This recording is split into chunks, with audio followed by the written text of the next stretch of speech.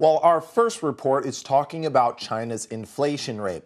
Now, the report, which is coming to us from Liaoning TV, goes on to say that the country's inflation rose in February at its lowest pace in 20 months. Now, the report says that this will provide more room for the government to stimulate growth in the world's second largest economy. The Consumer Price Index, or the CPI, which is a main gauge of inflation, increased 3.2% year-on-year last month, according to the National Bureau of Statistics. It eased from a 4.5% rise that was registered in January, during which shopping sprees during the Chinese Lunar New Year holiday boosted retail prices.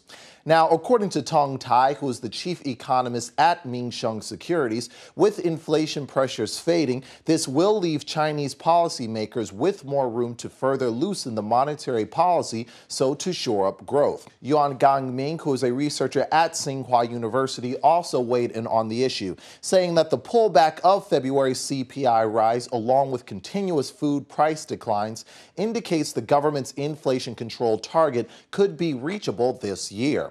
Food prices, which account for nearly a third of the weighing in the calculation of the country's CPI, increased over 6% last month from 1 year earlier. The report goes on to say that food growth slowed from January's 10.5% rise. And the price of pork, which is China's staple meat, jumped almost 16% year-on-year last month after surging 25% in January. So it appears as though, according to this report, China's government is using this cooling inflation rate as an avenue in order to bring in more policies that will help them further stimulate the economy.